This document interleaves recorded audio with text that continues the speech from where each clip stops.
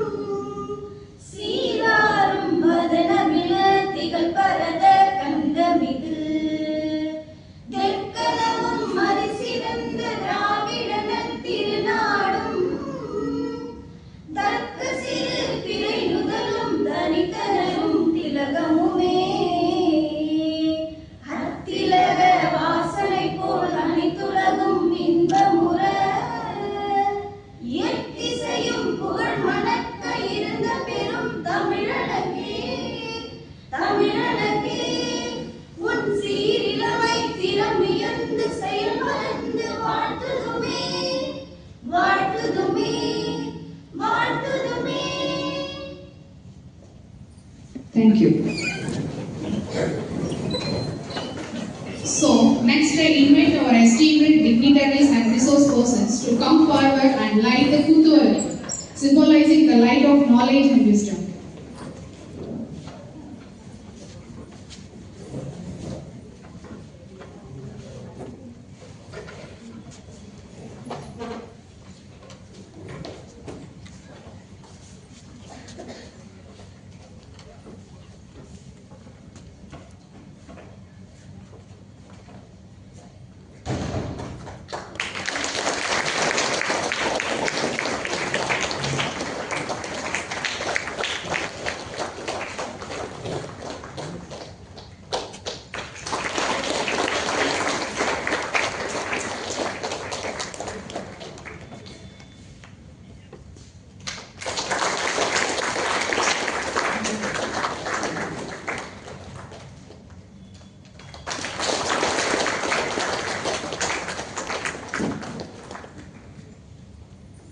Thank you to our dignitaries for lighting the Kuthuvalaka and raising this occasion.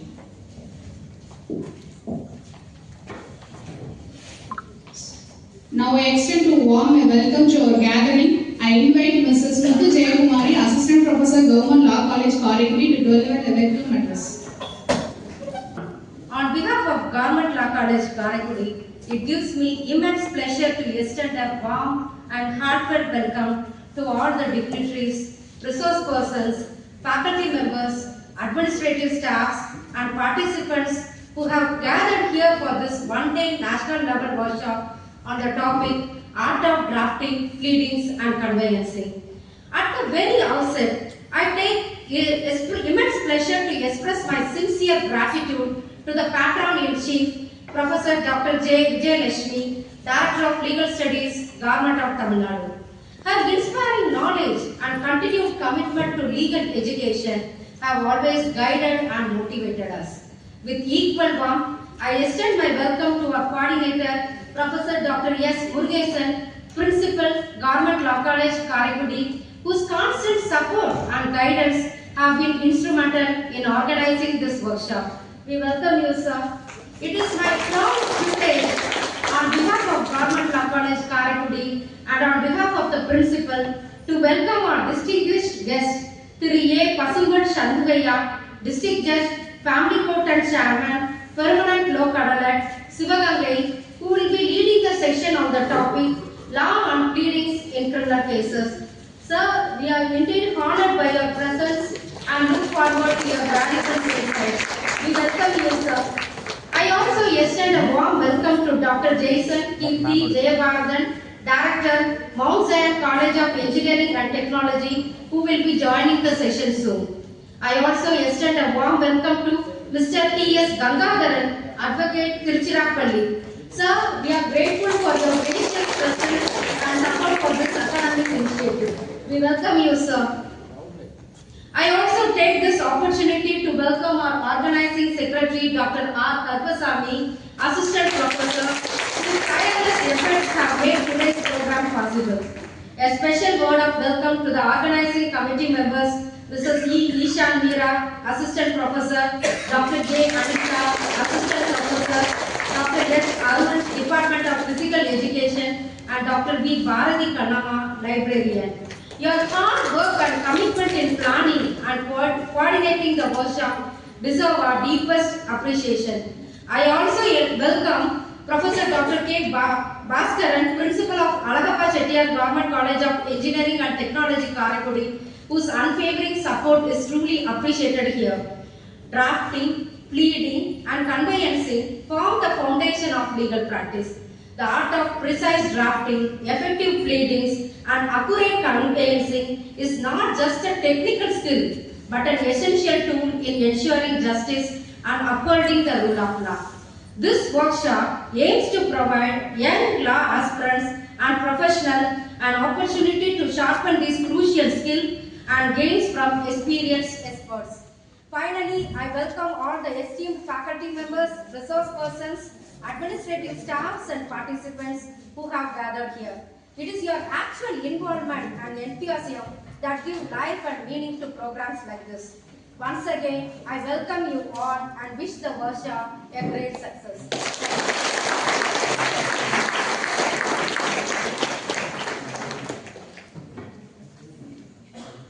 Thank you, ma'am.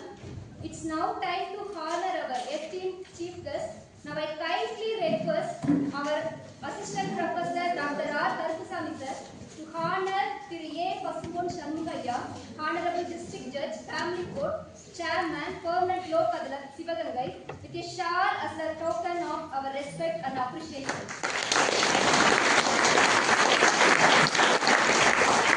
Shakti bro.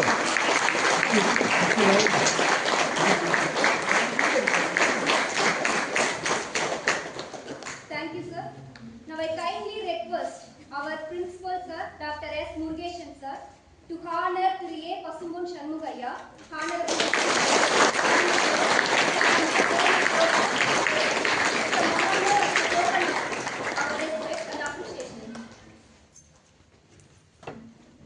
Thank you, sir. Thank you, sir. It's my proud privilege to introduce and felicitate our esteemed chief guest and Mr. Pasumon Shanmugaiah, Chief Judicial Magistrate of Sivaganga. Sir began his immortal journey in the judiciary in the year of 2009 when he joined the service as a district magistrate with dedication, integrity, and unwavering commitment to justice. He has rendered more than 16 years of distinguished service in the district judiciary. During his illustrious career, he has held several important positions, including serving as the Chief Judicial Magistrate of Madurai, where his tenure was marked by fairness, efficiency, and deep concern for upholding the dignity of law, and he has continued his noble service as the Chief Judicial Magistrate of Sivaganga, guiding the judicial system with the wisdom and impartiality. At present, he is serving as the Judicial District Judge and Family Court and Chairman, Permanent Lok Adalat, Sivaganga. His journey reflects not only professional excellence but also a true devotion to public service, ensuring that justice reaches every corner of society. On behalf of everyone gathered here, we take immense pleasure in extending our warmest felicitation and deepest respect to Mr. Pasumon Shanmugaiah, Chief Judicial Magistrate, and we truly honored to have his gracious presence with us today. Now I invite our respected guest to deliver the inaugural address with the first session also.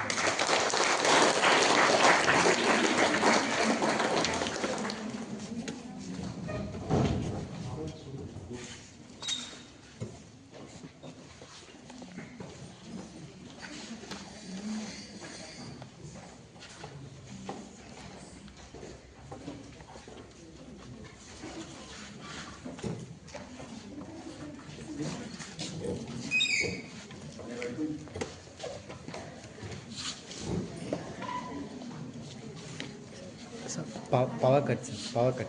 Yes. அனைவருக்கும் இனிய காலை வணக்கம்.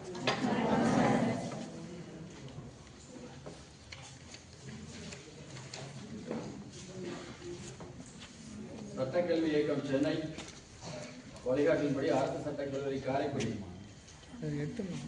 நடைபெற்று வரும் இந்த ஒரு நாள் தேசிய அளவிலான பயிலரங்கத்தில் என்னை கலந்து கொள்ளதற்காக அழைத்தமைக்கு முதற்கண் நமது முதல்வர் அவர்களுக்கு நன்றியை தெரிவித்துக் கொள்கிறேன்.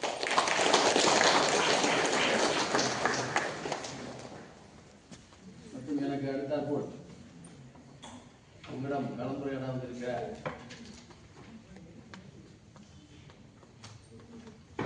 அட்வொகேட் அவர்களுக்கும் சார் பேர் என்ன? கங்கராஜன் அவர்களுக்கும் இனிய இருபால் மாணவர்களுக்கும்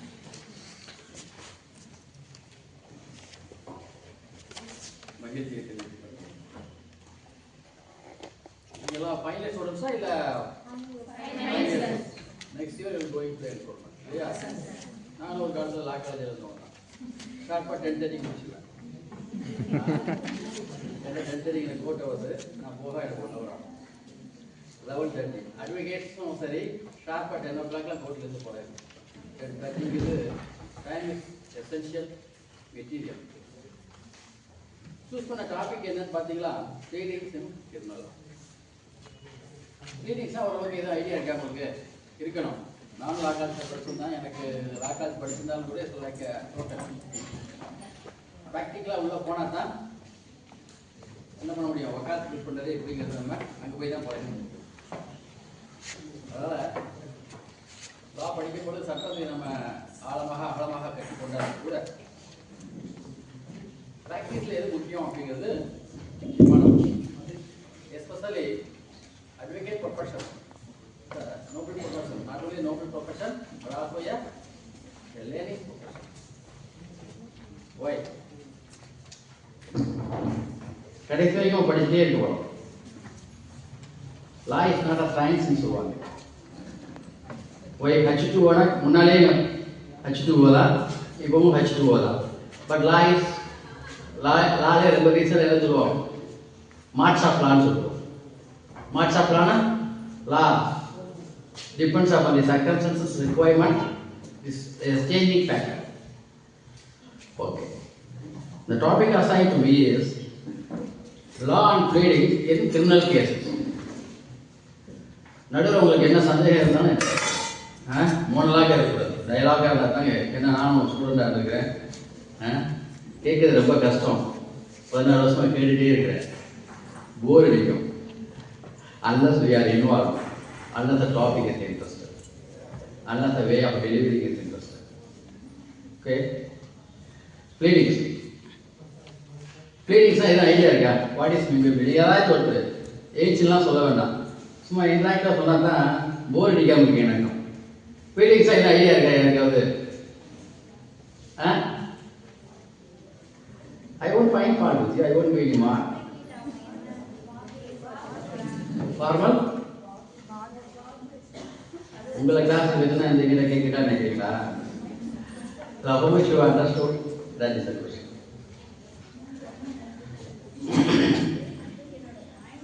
ப்ளீடிங்ஸை பற்றி ஓரளவுக்கு தெரிஞ்சுக்கணும். Pleading is the base. Next என்ரோல்மெண்ட்டில் ஆனதுக்கப்புறம் வந்து அட்வொகேட் இல்லையா, சார் வந்து டிராஃப்டிங் எடுக்க போகிறாங்க. எங்களுக்குலாம் அப்போலாம் யாரும் கிளாஸ் எடுக்கல. Drafting is material, main one. Drafting is important. அட்வொகேட்டாக இருக்கலாம். டிராஃப்ட் பண்ணும்போது ஒரு சில பிளைன் ஸ்டேட்மெண்ட் வாங்க இல்லையா, drafting is material. Sir will cover the topic. டைமில் எல்லாம் இருந்து கவனிச்சு போவேன். ஒர்க்கிங் டேனால ஐ வில் கோ. யூடியூப்ல பிரின்சிபல் சார் சொல்கிறாங்க, சிவப்புலி வச்சு வரும்னு சொல்கிறாங்க, நான் பார்க்குறேன். எனி ஐடியா அபவுட் ப்ளீடிங்ஸ்னால் நீங்களாம் அந்த சிஸ்டத்தில் உள்ள செக்ஷனில் உள்ளதை சொல்லுங்கள். சிஆர்பிஎஸ்ல ப்ளீடிங்ஸ் எதுவும் தனி செக்ஷன் இருக்கா? இல்லை, சிஆர்பிஎஸ்ல இல்லை, எனக்கு தெரிஞ்சு இல்லை. பிஎன்எஸ்எஸ் வந்துட்டு பிஎன்எஸ்ல புதுசாக ஒன்றும் கிடையாது. பழைய மந்தையில் புதிய கல்விங்க மாதிரி தான் அது. ஒரு ஆக்ஷன் கமிஷன் சேர்த்துக்கிறாங்க. அப்படி I go by CRPC. CRPC specific provision இல்லாமல் ப்ளீடிங்ஸே இல்லையான்னு அர்த்தமான்னு கேட்டால் இல்லை, அப்படி கிடையாது. ஸ்பெசிஃபிக் ப்ரொவிஷன் சிபிஎஸ்ல இருக்கு. சிபிஎஸ்ல என்ன செக்ஷன் இருக்குது? இந்த பக்கம் தான் சவுண்ட், இந்த பக்கம் ரொம்ப சைலண்டாக இருக்குது.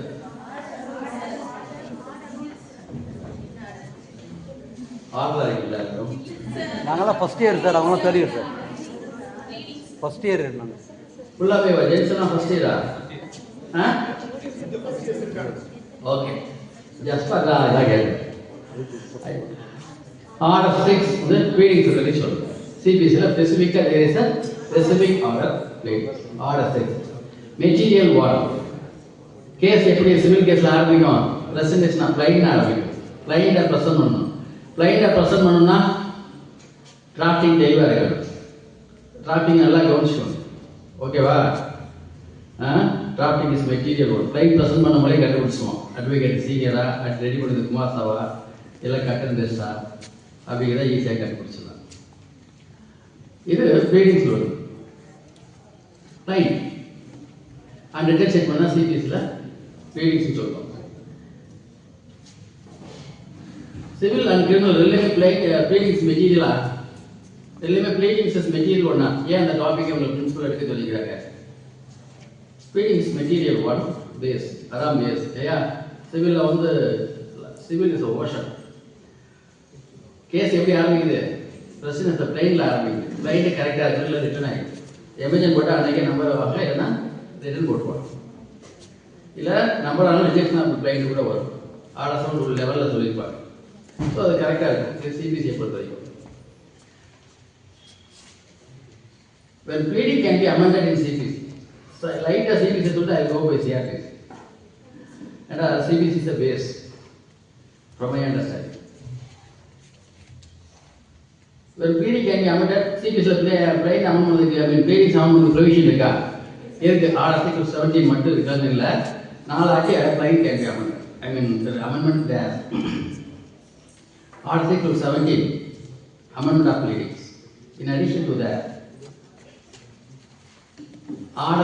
செக்ஷன் பார்த்தா 152 ஒன்று 152 ஆஃப்டர் ஜட்மெண்ட்ல ஜட்மெண்ட் ஆர்டர்ஸை கரெக்ஷன் பண்ணதுக்கு அது அமெண்ட்மெண்ட் ஆஃப் ப்ளீடிங்ஸ். ப்ளீடிங்ஸ்னா அமெண்ட்மெண்ட். ப்ளீடிங்ஸ் அமெண்ட்மெண்ட் ஒன் இந்த சேம் கொஞ்சம் interconnected. 153 amendment or not only orders and judgment at any point of it can be amend. இது இல்லாமல் இன்னொரு அமெண்ட்மெண்ட் இருக்குது, 4வது அமெண்ட்மெண்ட். மொத்தம் 4 அமெண்ட்மெண்ட் என்னுடைய அண்டர்ஸ்டாண்டிங் படி. Article 17, 152, section 152, 153. ஆனால் ஒன்று ஆர்டர் 1 ரூல் 10(4).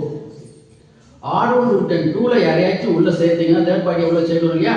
அப்படி சேர்த்தீங்கன்னா ஆர்டர் 1 ரூல் 10(4)ல அமெண்ட்மெண்ட் பண்ணணும், ஆட் பண்ணிக்கணும். So there are 4 amendments. இது சிபிசி. சிஆர்பிஎஸ்ல இது ப்ரொவிஷன் இருக்கா? No provision. அமெண்ட்மெண்ட் ஆஃப் ப்ளீடிங்ஸ்லாம் இங்கே கிடையாது. ஆனால் ப்ளீடிங்ஸ் இஸ் மெட்டீரியல் சிஆர்பிஎஸ்ஸை பொறுத்த வரைக்கும். ஆனால் ஒரே ஒரு இடத்துல கரெக்ஷன் மட்டும் பண்ணிக்கலாம். 362 நினைக்கிறேன். ஜட்மெண்ட்டுக்கு அப்புறம் அடிஷன் ஒமிஷன் பண்ண alone can be corrected in judgment. இது இன் ஜெனரல். ஸோ சிஆர்பிஎஸ்சியில் அமெண்ட்மெண்ட் உடைய ப்ரொவிஷன் இருக்கான்னு கேட்டால் there is no provision in CRPC. There is no provision in CRPC to amend the pleadings. There is no definition in pleadings in CRPC. Of course, later point of view, check case பொறுத்த வரைக்கும் மட்டும் amend பண்ணிக்கலாம். Complaint பொறுத்த வரைக்கும் ஒரு apex court judgment வந்துருக்கு. Apex court judgment supreme court judgment article 142 படி it's bind upon all the courts. Supreme கோர்ட்டில் சொன்னால் அதனால அந்த கம்ப்ளைண்ட்டை பண்ணிக்கலாம், அமெண்ட் பண்ணிக்கலாம். ஜென்ரலாக pleadings in criminal law, black law dictionary என்ன சொல்லுதுன்னு பார்த்தா, pleadings as a formal written statement by each party in a legal action that support their claims, allegations, defenses, ultimately presenting the facts and dispute to the court. These documents serve to inform the opposing side of the case. They must meet and aim to define the real matter of issue for the court and jury to try. Block law dictionary pleadings பத்தி சொல்லிக்கிறாங்க. First pleadings சொல்லிட்டோம். அது எப்படி இருக்கணும்? Formal statement. Pleadings are not casual discussion. Pleadings normal ஸ்டேட்மெண்ட்டுக்கும் ப்ளீடிங்ஸ்க்கு என்ன வித்தியாசம் இருக்குதா? நார்மலாக இப்போ பேசிட்டு இருக்கீங்க செய்தி வாக்கியம், I go to school, I went to library yesterday, I met so and so, இது நார்மல் வாக்கியம். ப்ளீடிங்ஸ்னா ஃபார்மல் ஸ்டேட்மெண்ட். கரெக்டாக இருக்கணும். கரெக்டாக அது வந்து சொல்ல வேண்டிய விஷயங்களை ஒரு புதிந்த முறையில் சுருக்கமாக தெளிவாக சொல்ல வேண்டும். அதுதான் ஃபார்மல் ஸ்டேட்மெண்ட். நார்மல் டிஸ்கஷனுக்கும் அதுக்கும் வித்தியாசம் இருக்குது. கலோக்கியலாக பேசுவதற்கும் மேடையில் பேசுவதற்கும் வித்தியாசம் இல்லையா? ஃபார்மல் ஸ்டேட்மெண்ட் தான் ப்ளீடிங்ஸ். Claims and defences. ப்ளீடிங்ஸில் கிளைம்ல இருந்தாலும் சரி, என்ன பரிகாரம் என்பது கிளைமில் சொல்லியிருப்பாங்க. ரிட்டன் ஸ்டேட்மெண்ட்டில் அவர் கேஸுக்கு பரிகாரம் கொடுக்கத்தக்கதா இல்லையா என்பதை பற்றி மறுக்கும் விதமாக ஸ்டேட்மெண்ட்டில் சொல்லியிருப்பாங்க. ஸோ ப்ளீடிங்ஸ் தான் இன் ஜெனரல் இருக்கும். Defining the dispute. பிளைனில் வந்து என்ன இருக்கும்? பிளைன்னா அந்த ப்ளீடிங்ஸில் என்ன டிஸ்பியூட்னு அதை சொல்ல வேண்டும். Distinction from evidence. எவிடன்ஸை ப்ளீட் பண்ணணுமா அப்படின்னு கேட்டால் எவிடன்ஸ் ப்ளீடிங்ஸ்க்கு வித்தியாசம் இருக்குது. Without pleadings evidence can be looked into இல்லையாங்கிறத நீங்கள் வந்து படிக்கணும். பட் வித்தவுட் ப்ளீடிங்ஸ் எவிடன்ஸ் தேர்னா how much it is important அப்படிங்கிறது question of law and fact மேலே வரும். Purpose pleading inform the opposite party. இது ஜென்ரலாக உள்ள கேஸ். இப்போ நம்ம சிஆர்பிசி கொடுக்கும். இன் ஜென்ரல் சிஆர்பிசிங்கிறது கிரிமினல் ப்ரொசீஜர் கோட்ங்கிறது எப்படி ஒரு கோர்ட் கிரிமினல் கோர்ட் ப்ரொசீஜர் என்ன நடத்தணும், எப்படி கோர்ட்டை கொண்டு போகணும், என்ன ப்ரொசீஜர் ஃபாலோ பண்ணணும் ஒரு கேஸ் நடத்துங்களா procedure. In general no doubt crime is to be contained இல்லையா? குற்றம் தடுக்கப்பட வேண்டுமா கூட்டப்பட வேண்டுமா? தடுக்கப்பட வேண்டும். Offenders shall have to be punished. There will be no second opinion from any quarters over the issue. இல்லையா? இதுதான் குற்றவியல் நடைமுறை சட்டம் விரிவில் இருக்குது. அதுக்கு கரெக்டான ப்ளீடிங்ஸ் முக்கியம். ப்ளீடிங்ஸ் சிஆர்பிசி இல்லையே, அதை எப்படி அதை கரெக்டாக கொண்டு போகணும், இது வேற. அது போக சட்டங்கள் இப்போ உள்ள சட்டங்கள்லாம் அந்த காலத்துக்கு கொண்டு வரப்பட்டது இல்லையா? அப்படி இருக்கும்போது அந்த சட்டங்கள்லாம் இப்போ உள்ள நடைமுறைகளுக்கு ஒத்து போகக்கூடிய அளவில் இருக்கிறதா, அது எது மாற்றங்கள் செய்ய வேண்டியிருக்கிறதா, தேவைக்கேற்ப மாற்றப்பட வேண்டும் இல்லையா? அதான் வந்து சட்டம் ஸ்டாட்டிக்காக இருக்காது. கிரிமினல் சிஆர்பிசியை பார்த்தீங்கன்னா அது investigation officer are well train. இப்போ உள்ள நடைமுறையில் இருக்காங்க பார்த்தா சட்டம் மாறணும் மட்டும் மாறினா போதாது. இன்வெஸ்டிகேஷன் ஆஃபீஸரும் அவங்கள அதை எக்யூப் பண்ணிக்கணும் இல்லையா? இப்போ சைபர் கிரைம் வந்துகிட்டே இருக்குது. எங்கேயோ ஒரு மெசேஜ் அனுப்பிட்டாலும் அவர் அஃபென்ஸ் ஆகும். இதெல்லாம் பேசிக்கான விஷயம். யூ பிகம் அட்வொகேட், இதெல்லாம் நீங்கள் அவராக இருக்கணும். Do you have any methodology to improve the prevailing situation technically அப்படிங்கிறத அவங்களுக்கு கொடுக்கப்படுற கேள்வி. யோசிச்சு வைத்துக் கொள்ளுங்கள், எதிர்காலத்தில் உங்களுக்கு உதவட்டும். ஓகே, சக்சஸ்ஃபுல் ப்ராசிக்யூஷன் ஒரு சில ஐடியாஸ் ப்ளீடிங்ஸ் ஓரியன்டாக தான். எஃப்ஐஆர் இருக்கா? எஃப்ஐஆர் சொல்லியிருக்கோம் சார். எஃப்ஐஆர் இருக்கு. சிஆர்பிசியை பொறுத்த வரைக்கும் ஹூ செட் லா இன் மோஷன்னா, சிபிசியை பொறுத்த வரைக்கும் பிளைன் பிரசம்ன்ற மாதிரி, சிஆர்பிசியை பொறுத்த வரைக்கும் கிரிமினல் கேஸை பொறுத்த வரைக்கும் who set law in motion ரெண்டு வரும். கம்ப்ளைண்ட் ஸ்டேஷனில் போய் யூஸ்வலாக கொடுக்குற கம்ப்ளைண்ட்டை கேள்விப்பட்டிருப்பீங்க. இது ஒரு ஃபார்ம் அது ஒன்று தான். கம்ப்ளைண்ட்டில் போய் ஸ்டேஷனில் போய் ஓரளவு கொடுக்கலாம், ஃபோன்லேயும் சொல்லலாம். இப்போ ஒரு வாட்ஸ்அப்பில் கம்ப்ளைண்ட் ஸ்டேஷனில் போய் குற்றம் தான் ஓரளவு சொல்லலாம். ஓரளவு சொன்னால் அவங்க எழுதிக்கிட்டு கைக்கு கூட சொல்லுவாங்க. கை நட்டுலாம் ரேகை கூட வச்சுக்கலாம், எழுத்துப்பூர்வமாக சொல்லலாம். கம்ப்ளைண்ட் கொடுத்தோன்னா அது காக்னிசபிள் அஃபென்ஸ், நான் காக்னிசபிள் உண்டு. அதுக்கப்புறம் அதை என்ன கம்ப்ளைண்ட் கிடைச்ச வாங்கின உடனே அங்கே என்ன பண்ணுவாங்க தெரியுமா? இது ஐடியா இருக்கா? இருக்கோம். கம்ப்ளைண்ட் வாங்கி போலீஸ் ஸ்டேஷன் என்ன பண்ணுவாங்க? உடனே இன்வெஸ்டிகேட் பண்ணிக்குவாங்களா? சிஎஸ்ஆர் போடுவோம். சிஎஸ்ஆர் அது டிபெண்ட்ஸ் அப்பான் ஆளை பொறுத்து, டிபெண்ட் கேஸை பொறுத்து இருக்கும். சிஎஸ்ஆர் சிஎஸ்ஆர்னா என்னது? எஃப்ஐஆர்னா பர்சன்ட். சிஎஸ்ஆர்னா வாட் சிஎஸ்ஆர் டெக்னிஷன், அதுக்கு என்ன விரிவாக்கம்? சிஎஸ்ஆர்னா கேள்விப்பட்டீங்களா? இதெல்லாம் எக்ஸ்பிளைன்ஸ் தான் வருது. சிஎஸ்ஆர்னா என்னது? Any one of you, what is abbreviation of CSR? ஏன்னா அட்வொகேட் ஆன மாதிரி எனக்குலாம் தெரியல. Of course, right. CSR போனோன்னே எரியிற நெருப்பை அணைக்கிற மாதிரி ஒரு கம்பெனி சிஎஸ்ஆர் கொடுத்தோம், போயிருக்கேன்னுவாங்க. ஒரு register there is after that they can investigate the case and they can law. FIR போடவா வேணுங்கிறது அது ஒரு கண்டிஷன் ப்ரீசென்ட் கிடையாது. பட் நான் சிஎஸ்ஆர் கொடுத்து அனுப்புவாங்க ஒரு receipt. And then depends upon the complaint, they used to register first information report.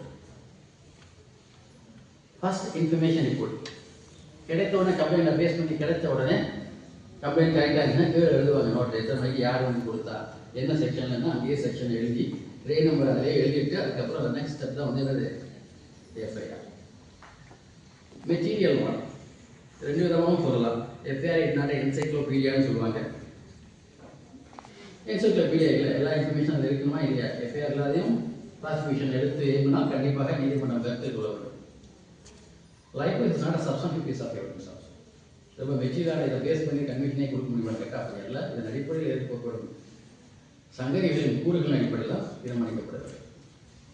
அப்படி எஃப்ஐஆர் என்ன சொல்ல வரீங்கன்னு கேட்டால் இது ஃபார்மட்.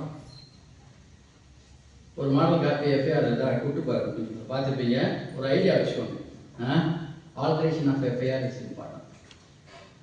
அதில் வந்து எல்லாமே இன்ச் பை இன்ச்சாக பார்க்கலாம். Importance of the FIR.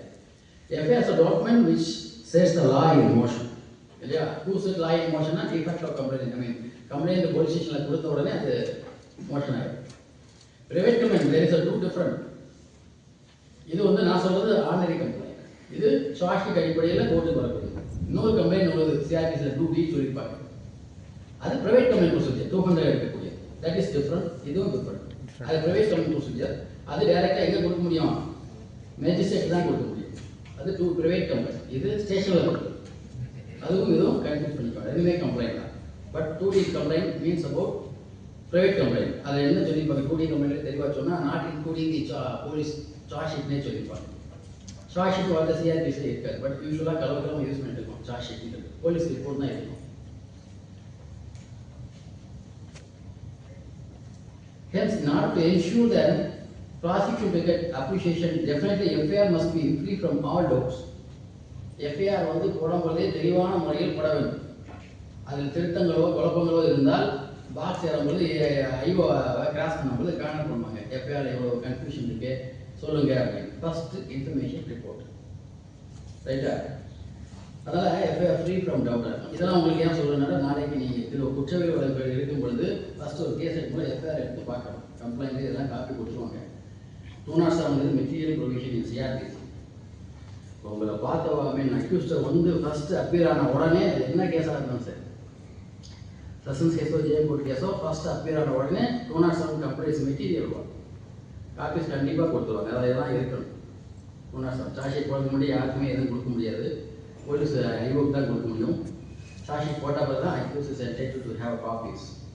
Copies என்னென்ன documents? Charge sheet and document file எல்லாம் ஒரு சார்ஜ் ஷீட் அதெல்லாம் கொடுப்பாங்க. 207 மெட்டீரியல் அதை எடுத்து பார்த்தோன்னே நீங்கள் கம்ப்ளைண்ட் எடுத்து பார்க்கணும். ஒரு குற்றவியல் வழக்குனா என்ன புகார், என்ன கொடுக்கப்பட்டது, அதுக்கு இசைந்தாற்போல் இந்த எஃப்ஐஆர் போடப்பட்டிருக்கிறார். ரொம்ப மெட்டீரியலாக இருக்கிறது. It is seen from several reported judgments by the Honorable Upper Court and various High Court that many criminal cases have been entered in acquittal on the ground of defective investigation. உடல் விசாரணைகளுக்கு குறைபாடு இருக்கிற காரணத்தால் accuse வாங்கி கொடுத்து போயிடலாம். Advocate ப்ரொஃபஷனில் accuse எதுக்கு வந்து உங்களை பார்க்க போகிறாங்க? அட்வொகேட்டை என்னைக்கு வந்திருக்கா அக்யூட் வாங்கிட்டேன் அப்படின்னா அவனுக்கு என்னென்ன பாயிண்ட் அப்படிங்கிறத சொல்லும்போது இதெல்லாம் பேஸில் வந்து ஆரம்பிக்கும். மெட்டீரியல் ஸோ கம்ப்ளைண்ட் நீங்கள் உருவாக்கி கொள்ள வேண்டும். அதனால் செட்டில்டு பொசிஷன் இன்வெஸ்டிகேஷன் ப்ராப்பராக இல்லைன்னா case will be entered. Many of the cases are acquitted either for want of sufficient materials or for the reason that the FIR is unbelievable. The genesis of the occurrence is suppressed but serious lapses in the investigation added to that FIR and material records have been dispatched to the court concerned undue and unexpected delay. FIR போட்ட உடனேயே அது எங்கே போகணும்? ஸ்டேஷனுக்கு போகணும். ஸ்டேஷனில் போடுறீங்க. போனோன்னா ஃபஸ்ட்டு கோர்ட்டுக்கு போயிடணும். ஒரு காப்பி 4 காப்பி ரெடி பண்ணுவாங்க. டிஎஸ்பி ஆஃபீஸ் வந்து எல்லாத்தையும் அனுப்பும்போது ஃபஸ்ட் எஃப்ஐஆர் போட்ட உடனே அது எங்கே போயிடணும்? கோர்ட்டுக்கு போகணும். இதே இது செஷன்ஸ் அப்னு சொன்னால் எக்ஸ்போஸ் எஃப்ஐஆர்வாங்க. மர்டர் கேஸ்னால் எக்ஸ்போஸ் எஃப்ஐஆர்னா ஒரு பாஸ்போர்ட் ஒன்று கொடுத்து ஒரு அப்படின்னு இருக்கிற போலீஸை கொடுத்து உடனே மேஷத்தை போய் ரிசீவ் பண்ணுவோம். அதில் டைம் போட்டு கொடுப்போம். இப்போ போய் கொடுத்துட்டாலே ரிசீவ் பண்ணால் பாஸ்போர்ட்டை திருப்பி கையில் போட்டு மேஷன். எஃப்ஐஆர் போட்ட உடனே நேராக மேஷேஜ் போயிடும். Delay in sending FIR, delay in reaching FIR is material. சரிங்களா? அதனால் நீங்கள் எல்லாம் கேஷுவலாக போகும்பொழுதே கோர்ட்டில் வந்து ரெக்கார்ட் இருக்கும்பொழுது மேஷேட் மேலே எழுதிப்பாங்க. முன்னாலும் நாங்களாம் எங்கள் பீரியட்லாம் வந்து நாங்கள் பேர் எழுதி தான் எழுதுவோம். சம்டைம்ஸ் அதை பார்க்கறது கொஞ்சம் யார் எந்த பில்லை வச்சு டைமுக்கே தெரியாது.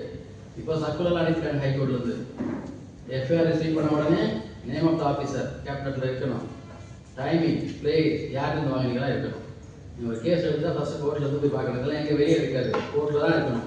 கோர்ட்டில் பெர்மிஷன் வாங்கிட்டு கேன் ப்ரூவ்ஸ் இல்லையா, வாங்கிக்கிட்டு கம்ப்ளைண்ட் கொடுத்தது இன்னைக்கு என்ன தேதி 19 காலையில் 10:30 நீங்கள் கம்ப்ளைண்ட் கொடுத்துருக்கிற பாதிக்கப்பட்ட వ్యక్తి 3 நாள் கழிச்சு எஃப்ஐஆர் இருக்குது. எங்கள் லோக்கல் ஸ்டேஷனுக்கும் கோர்ட்டுக்கு நல்ல 1.5 கிலோமீட்டர் தான் இருக்கும். 3 நாள் கழிச்சு ரிசீவ் பண்ணால் ரீசன் கரெக்டாக இருந்தால் அதை அக்செப்ட் பண்ணிக்கலாம்.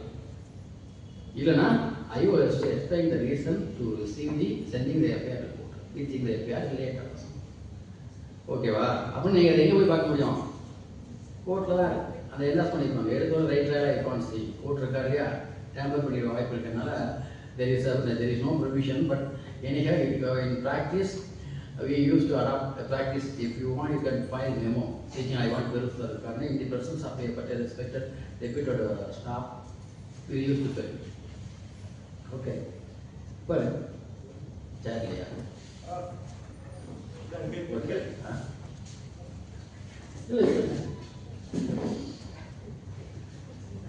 So you have to file memo. எனக்கு தெரிஞ்ச மெமோ தான் ப்ராக்டிஸ் இருக்குது. இந்த தமிழ் சார் அப்படி தானே இருக்குது, ப்ரொவிஷன் இருக்கா சார்? அப்படி எதுவும் தனியாக ப்ரொவிஷனில் அவங்க மெமோ தானே போட்டு பார்த்துட்டு இருக்காங்க. நான் தெரிஞ்சு அதான். ஆனால் இதெல்லாம் எப்படி பார்த்துக்குவீங்க? ஏன் இதை சொல்கிறேன்னு கேட்டால், கம்ப்ளைண்ட்டை நீங்கள் பார்த்துட்டு ரொம்ப லேட்டாக வந்து மேஜிஸ்ட்ரேட் எழுதி என்டாஸ்மெண்ட் எங்கே இருக்கும்? ஒரிஜினல் எஃப்ஐஆர்லாம் இருக்கும். ரைட்லாம் வாங்க முடியாது. சிஏ கேட்டீங்கன்னா சிஏ ஜெராக்ஸ் கேட்டு கொடுத்தானா கொடுத்துருவாங்க. Okay, that is material one.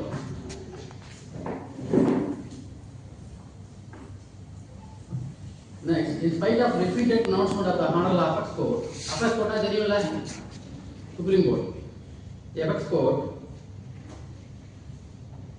and various high courts, these lapses are occurring repeatedly. Why is it so? What has to be done to rectify the same? என்ன பண்ணணும்? University நல்லா பண்ணணும். வேற என்ன பண்ண முடியும்? அவங்களுக்கு ட்ரைனிங், அவங்க லா படிக்கிறாங்க, expecters, respect of it, over burden, lack of knowledge, they used to make this kind of mistake. Ultimately result, accused will be acquitted. But some விவரமான ஐயோலாம் வந்தாங்கன்னா சீனியர் கேட்டே பண்ணில் படிப்பாங்க. இப்போ என்ன கேட்டாலும் ஆன்சர் கிளவராக இருக்கும். ரொம்ப கேர் பண்ணால் அக்யூஸு கன்விக்ஷன் போய் முடிச்சிடும் சொல்லி ஒரு சிலது லிட்டில் பாயிண்ட் 2-3 பாயிண்டை கேட்டு ஓகே அப்படின்னு போயிடுவாங்க. ஏன்னா கேட்டால் அவன் இன்க்ரிமேட்டிங் வேர்ட்ஸ் சொல்லிட்டே இருப்பான். ஒய் பிகாஸ் ஈவன் இப்போ ப்ராக்டிக்கலாக பேரண்ட்ஸ் சொல்லிட்டு இருக்கும் பொழுது ஆஸ்திரேலியா ஆகிட்டா கேஸ் மோஸ்ட்லி என்ன ஆகும்? ஆஸ்திரேலியானா ஆஸ்திரேலியா கேஸ் தான் அக்யூட் பண்ணுமா கன்விக்ட் பண்ணுமா? அப்படின்னு சட்டம் சொல்லலை, பண்ணிட்டு இருக்காங்க ப்ராக்டிஸில். இப்போ இட்ஸ் மெட்டீரியல் ஒன்று அப்படின்னா ஈவன் ஆஸ்திரேலியா கேஸாக இருந்தாலும் ஐயோ ஆஸ்திரேலியா மாட்டார். ஐயோ ஆஸ்திரேலியா என்ன ஆகும்? அவர் மேலே சார்ஜ். அதாவது அவர் சொல்ல வேண்டிய அவசியம் கிடையாது. அக்யூஸுக்கு பாதகமாகவோ சாதகமாக சொல்ல வேண்டிய அவசியம் கிடையாது. No way concerned complaint or with the accused. IO is evidence material. அதனால் ஐஓ எவிடன்ஸ் பேஸ் பண்ணி if necessary, if materials available, it can be connected. Australia ஆனாலும் கூட ஒரு சாட்சியை என்டையராக ஆஸ்திரேட் பண்ண வேண்டிய அவசியம் கிடையாது. அந்த எந்த போர்ஷனும் மீறி என்டையராக த்ரோன் அவுட் பண்ண வேண்டிய அவசியம் கிடையாது. ஒரு சாட்சி ஆஸ்திரேலியானா அந்த ஆஸ்திரேலியான சாட்சி எடுத்து அவன் இன்க்ரிமேட்டிங் சொல்லி பண்ணி அக்யூட்டரா அதை பேஸ் பண்ணி கன்விக்ஷன் கொடுப்பான். Okay, that is different. So IO விசாரிக்கும் பொழுது கண்டிப்பாக இந்த டிலே இன் லாஜிங் எஃப்ஐஆர் இதை வந்து நீங்கள் கண்டிப்பாக அவர் எக்ஸ்பிளைன் பண்ணணும். சம்டைம்ஸ் உட்பட்டலாம் பார்க்கறதுலாம் வாய்ப்பு இருக்காது. அப்போ தான் வந்து பார்க்கலையே தான் எப்போவுமே கேஸ் இருக்காது பாப்பா சம்டைம்ஸ். அப்போ நீங்கள் கேட்டீங்கன்னா ஏதாச்சும் உங்களுக்கு சாதகமாகவோ ப்ராசிக்யூஷனுக்கு பாதகமாகவோ ஏதாச்சும் ஒரு ஆன்சர் கொடுத்து போனால் இது மாதிரி போயிடும். அடுத்ததாக பார்த்தா delay in sending not only FIR but also other connected meetings to the court concern. Time is the most vital factor. இப்போ மோட்ஸ் ஸ்கூல் ஸ்டேட்மெண்ட் ரெக்கார்ட் பண்ணுறாங்க, ஐடி படி ரெக்கார்ட் பண்ணுறாங்க, இதெல்லாம் அப்பப்போ முடிஞ்ச உடனே என்ன ஆயிரும்? they have to send to court by then and there. இந்த ரெக்கார்ட்னா எப்போ வரும் பாருங்க. இதுவும் ப்ளீடிங்ஸ்லாம் வரும். even though pleadings is not defined in CRPC, but these are the pleadings is a material one. இப்போ கம்ப்ளைண்ட்ல டிஃபெக்டிவ் கம்ப்ளைண்ட் இருந்தால் இதுக்கு கன்விக்ஷன் கொடுக்க முடியுமா? அதை பார்க்கணும். ஏன் இப்போ கையெழுத்து கூடாது ஒரு நபர் வந்து எழுதிக்கிறாரு, அதில் சின்ன திருத்தம் இருந்தாங்கன்னா அது ஒரு மெட்டீரியல் பாயிண்ட் கிடையாது இல்லையா? படிக்காத ஆள் நல்லா படித்தவன் வந்து நீட்டாக இல்லாத அடித்த திருத்தம் இருந்தால் அப்போ என்ன அர்த்தம்? அதே திருத்தம் எஃப்ஐஆரையும் வரக்கூடாது. ஏன் கம்ப்ளைண்ட்டை பேஸ் பண்ணி தான் எஃப்ஐஆர் போட போகிறோம். அப்படின்னா என்ன அர்த்தம்? கம்ப்ளைண்ட் எஃப்ஐஆர் எழுதின பிறகு திருத்தம் நடந்துருக்குது. ஸோ ஏதோ ஒரு இஷ்யூ இருக்குது. ஸோ கம்ப்ளைண்ட்டில் திருத்தம் இருந்தால் கண்டிப்பாக பார்க்கணும். ஒரிஜினல் கம்ப்ளைண்ட்லாம் இருக்கும், திருத்தம் பண்ணது. அதனால தான் 207 காப்பீஸ் கொடுக்கும் பொழுது திருத்தத்துக்கு முன்னால் சம்டைம்ஸ் கொடுத்துருப்பாங்க, சமயம் திருத்தத்துக்கு அப்புறம் கூட கொடுத்துருப்பாங்க. அதனால் கோர்ட் உள்ள ஒரிஜினல் கம்ப்ளைண்ட் எடுத்து பார்த்துக்கிட்டா உங்களுக்கு யூஸ்ஃபுல்லாக இருக்கும். திருத்தம் இருந்துச்சுன்னா ஏன் திருத்தத்தை எக்ஸ்பிளைன் பண்ணணும். உடனே திருத்தம்னா தூர போட வேண்டிய அவசியமே கிடையாது. இது ஒரு பாயிண்ட். எழுதி சொன்ன மாதிரி no doubt FIR is not a encyclopedia. All the minute details need not be incorporated in the FIR itself. If material omission is found in FIR, then that alone will be the ground to reject the entire prosecution case. FIR வந்து complaint கொடுத்தா தான் போடுமா, சுயமோட்டா போடலாமா? இந்த பக்கம் ஏன் சைலண்டாவே இருக்கிறீங்க? போர் அடிக்க தூக்கம் வருதா? He watching is material one for advocate. கோர்ட்ல போய் உட்கார்ந்து இருக்கும் பொழுது உங்களுக்கு முன்னாள் உள்ள கேஸையும் பின்னால் உள்ள கேஸையும் க்ளோஸாக வாட்ச் பண்ணுங்க. முக்கியமான ரூலிங் வந்து தேடி யாராச்சும் சொல்லுவாங்க, அது உங்களுக்கு யூஸ்ஃபுல்லாக இருக்கும். நீங்கள் வாட்டில் போய் ஃப்ரெண்ட்ஸோட அரட்டை அடிச்சுக்காதீங்க டீ கடையில். சீனியர்ஸ்லாம் பேசுனாங்க, உட்காந்து கவனிங்க. கவனிச்சாலும் ஈஸியாக நான் அவங்க ஒரு 4 hours 5 hours ஒர்க் அவுட் பண்ணதை நீங்கள் சிங்கிள் ஸ்டோக்கில் நீங்கள் நோட் எடுத்து வச்சுக்கலாம். அதுக்கு அதனால கோர்ட்டில் சீனியர்ஸ் பேசுனாங்கன்னா ஓன் வாட்ச். அதான் சீனியர்ஸ் வந்து வாட்ச் பண்ணுவாங்க. இப்போ வந்து ஏஜ் கூட நிற்க மாட்டேன்றாங்க. நாங்கள் தான் கூப்பிட்டு சீனியர் நிற்கிறாங்க, ஜூனியர்லாம் இடம் கொடுங்கன்னு சொல்ல வேண்டிய கட்டாயத்தில் இருக்குது. அதனால் பி அக்கம்ஸ்டம். சுயமாட்டாவும் எஃப்ஐஆர் போடலாம், ஓகேவா? சுயமாட்ட எஃப்ஐஆர் போலீஸ்காரங்களால ஒரு தப்பு நடந்து போச்சுன்னா கம்ப்ளைண்ட் அரேஞ்ச் கொடுங்கன்னா ஒரு கோவி கூப்பிட்டு இருக்க முடியும். You can set law in motion by registering FIR. Yeah, for which a formal complaint is not at all required. So he can set law in one. But the material police, அவர் எந்த சூழ்நிலை பாரு இருந்தாருங்கிறது தான் முக்கியம். தலையை விட்டு பொட்டாட்டி தலையை விட்டு தலையோட வந்து நிற்பாங்க ஸ்டேஷன். என்ன பண்ண முடியும்? கம்ப்ளைண்ட் எடுத்து கேட்க முடியும்? They have to just say FIR. But situation will be explained by the IO at the time of class examination. Some corrections which are found in the complaint. ஏற்கனவே சொன்ன மாதிரி கம்ப்ளைண்ட்ல திருத்தம் இருக்கும், அது எஃப்ஐஆர்ல ரிஃப்ளெக்ட் ஆனா என்ன அண்டர்ஸ்டாண்ட் பண்ணிக்கலாம்? நம்ம கம்ப்ளைண்ட் எஃப்ஐஆர் ஆன பிறகு எஃப்ஐஆர் போட்ட பிறகு தான் என்ன இருக்கு திருத்தம் ஆயிருக்கு விஷயம் தெரிஞ்சு இல்லையா? கம்ப்ளைண்ட்ல திருத்தம் பண்ணுறது எஃப்ஐஆர் திருத்தம் இல்லாமல் தான் ஓகே, போலீஸ் இஸ் ரைட். எஃப்ஐஆர்லையும் அதே கம்ப்ளைண்ட் திருத்தம் இருந்துச்சுன்னா என்ன அர்த்தம்? ஆன்டிடேட் போர்டு ஏதோ பண்ணிக்கிறாங்கிறது. Minor inconsistency FIR is not immaterial. சின்ன correction இருக்கும், அதை IO explain பண்ணிட்டாங்கன்னா no, we can reject that as a immaterial. ஒரு சில ஜட்மெண்ட்லாம் இருக்குது. நான் வந்து பிரின்சிபல் சார்ட்ட கூப்பிட்டு போகிறேன். ஷார்ப்பாக 10:30 முடிச்சிடுறதுனால அதெல்லாம் இப்போ ரெக்கார்ட் பண்ணிக்கல. மெட்டீரியல் பாயிண்ட் பார்த்தா காலம் 3A first information report ends with final report. FIR போடுவாங்க இல்லையா? முதல்ல எஃப்ஐஆர் போடுவோம், அதை இன்வெஸ்டிகேஷன் முடிச்சுட்டு போலீஸ்காரங்க சார்ஜ் ஷீட் போடுறதா சொல்லுவாங்க இல்லையா? கோர்ட்டுக்கு ஃபைனல் ரிப்போர்ட்டோட வரும். இதான் போலீஸோட இன்வெஸ்டிகேஷன் பார்ட். அப்படி கொடுக்கும்போது அந்த செக்ஷன் 150 சிஆர்பிசி அதை டிஃபைன் பண்ணுது. ஃபர்ஸ்ட் டிஸ்ட்ரிக்ட், ரெண்டாவது போலீஸ் ஸ்டேஷன், மூணாவது இஆர், நாலாவது எஃப்ஐஆர் நம்பர், கிரைம் நம்பர், அஞ்சாவது டேட்.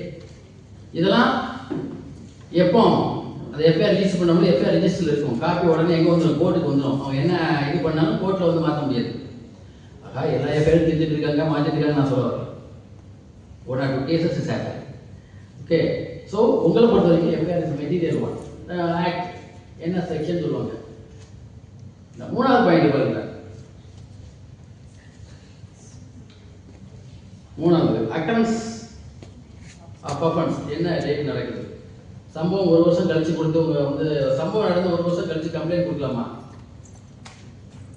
கொடுக்கலாம். இன்ஃபர்மேஷன் தானே.